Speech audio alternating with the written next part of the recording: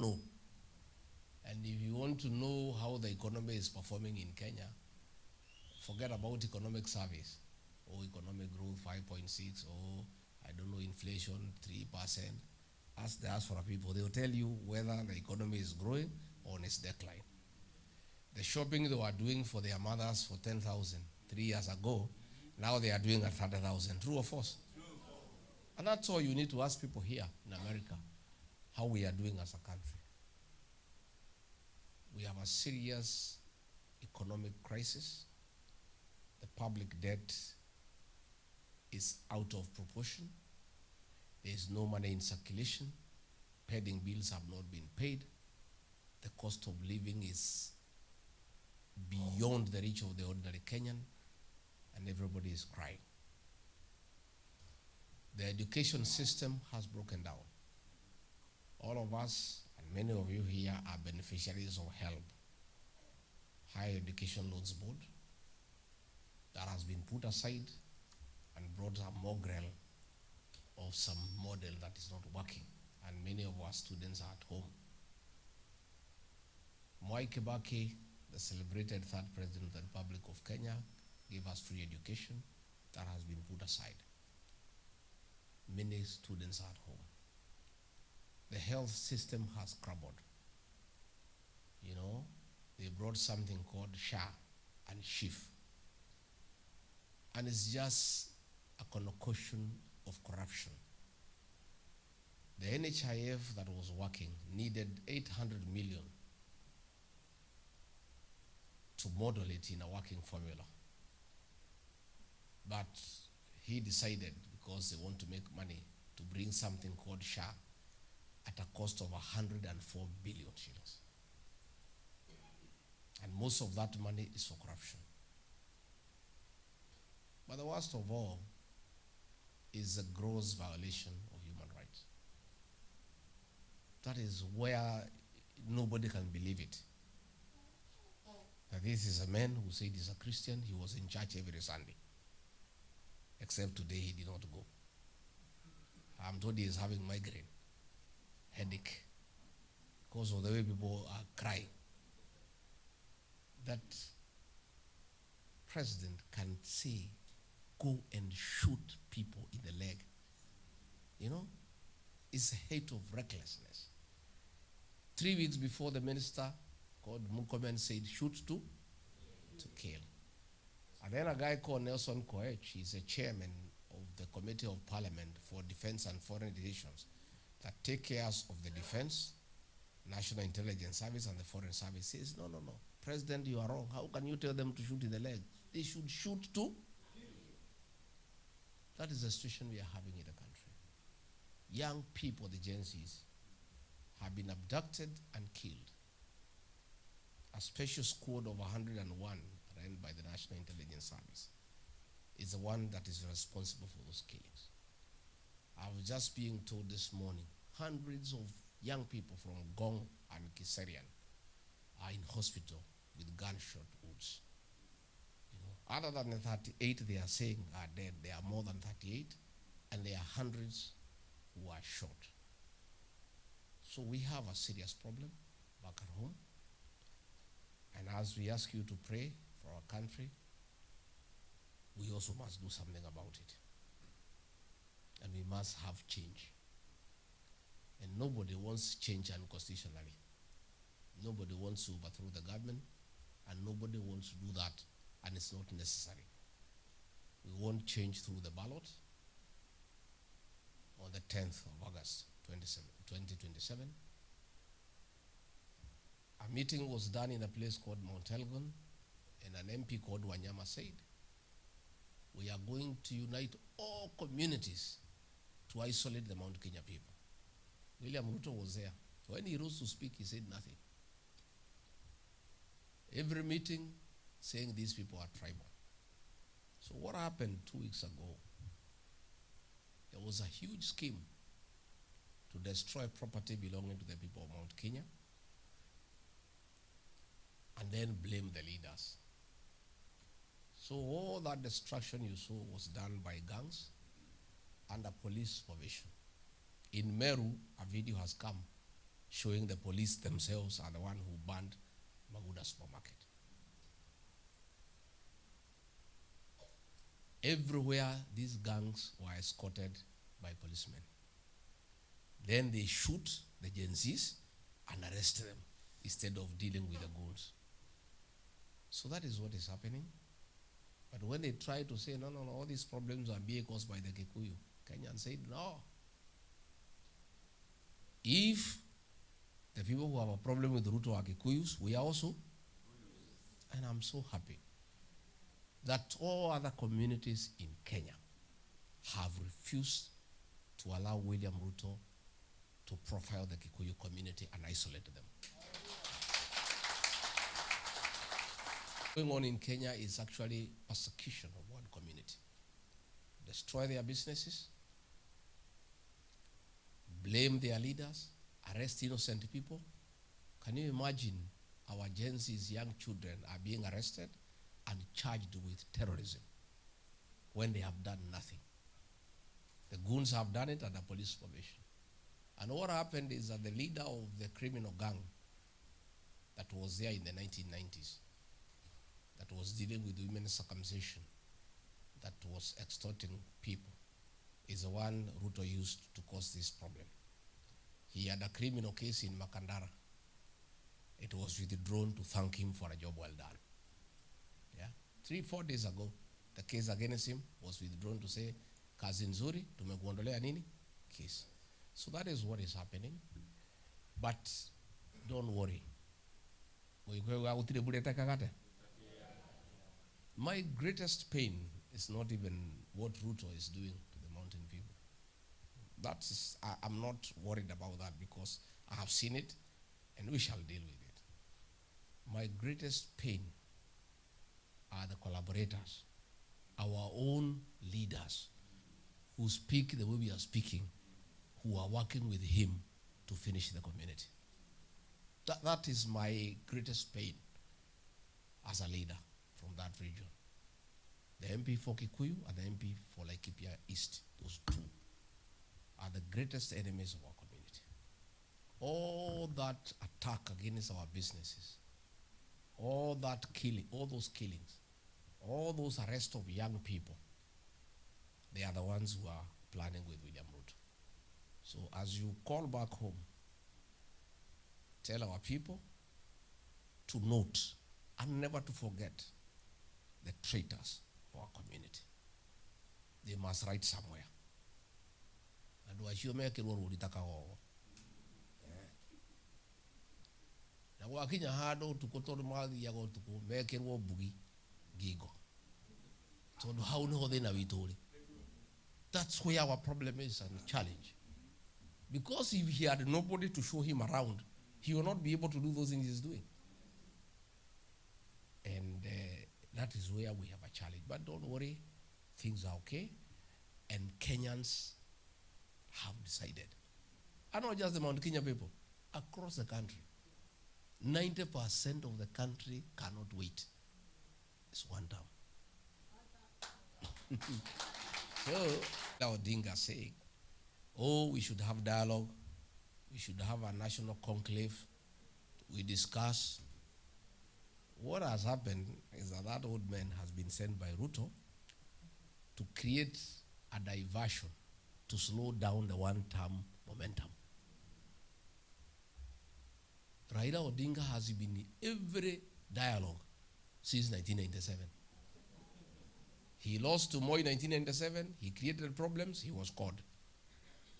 His people are killed. He forgot about them. He joined government. In 2007, he lost to Mwai Kibaki. He created problems. He was caught. He joined government. He forgot about his people. In 2017, he caused problems. Uhuru called him. The other day, Ruto called him. He means nothing for the people of Kenya.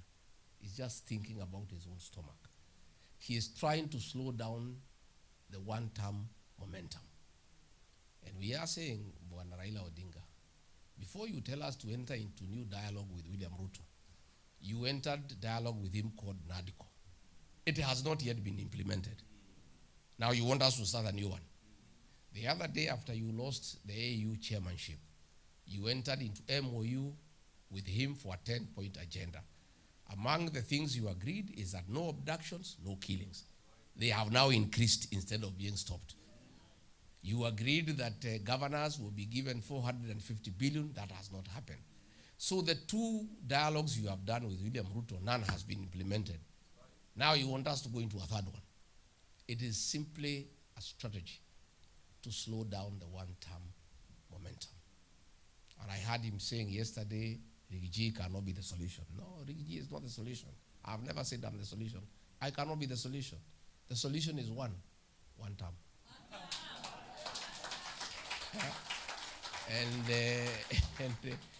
And you cannot stop it. Where it has reached, it cannot be stopped. So, mukipiga simu nyumbani, mwambie hawa, that is the solution. Number 2, to mark the traitors, the betrayers of our people, the ones who are joining William Ruto to persecute our community. But I'm so happy with our cousins and our in-laws. I want to tell you, nobody can ever again isolate the Kikuyu. The other Kenyans have said no. These Kikuyus are good people. They are hardworking. They are nice people. They elected William Ruto. He is not one of their own. They are the ones who drive the Kenyan economy. Why do you want to isolate them? So I want to assure you, I have looked for many friends. Makuzo?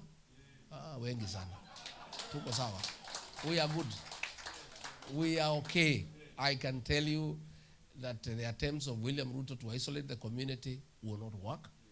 All Kenyans are united in one purpose and will be able to work together.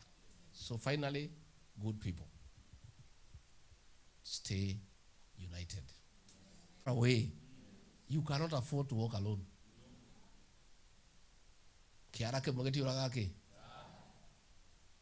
You know, they say buffaloes don't walk together in a herd because they love one another. It is the danger of walking alone. If you go to the Masai Mara during the migration, those wild beasts, they move in a herd. And when the lions come, they actually fight them. And the lions keep off. Along the way, one of them gets hurt and slows down. And the others cannot wait, it is left behind. Within 5 minutes, imechukuliwa imekuwa nini? Please never walk alone. Especially when you are far away in this land. Please stay together. Hold each other's hand. If one of you has a challenge, let it be a challenge for everybody. I'm so happy about the chairman of the community, what you are doing. When our people get into problems, munashikana, munasaidiana. But otherwise, don't worry, we have a beautiful country. These little challenges itaisha. Nyinyi mkae hapa. Na msikuwe na haraka ya kurudi. Sababu sasa pale tuko na shida mingi. We would want people to join you here kama inawezekana. So if you have a job here, please keep it. No, keep it. Kule kwetu hakuna. Kama uko na kazi uchunge tafadhali. And of course, mkumbuke watu ya nyumbani. Mkipata kitu kwa simu titi inasaidia. Please help our people, and we really appreciate. I said yesterday, in the 70s, the number 1 foreign exchange earner for our country was coffee. In the 80s, it was tea. In the 90s, it was tourism. That is no longer the case. Number 1 foreign exchange earner for our country are diaspora remittances to our country. So you people are a very serious partner in our economic development. And when we form government, as we shall form shortly, you are going to be our very serious partners. Because we need to harness the resources that come from the diaspora for our national development. But even as the country develops, the owners of the means of production must also develop. That's right. You don't just develop a country. You develop the country, but the drivers of the economic development are also developing, isn't it? And that is why we continuously must have engagement with the diaspora people. Like William Ruto, because I was there, cheated the diaspora people.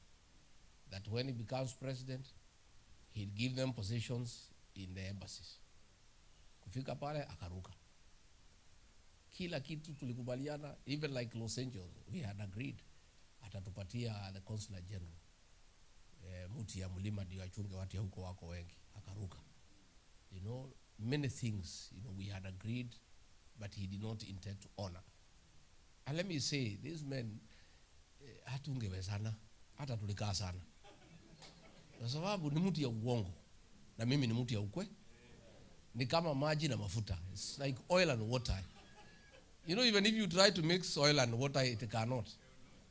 Because he lies without blinking.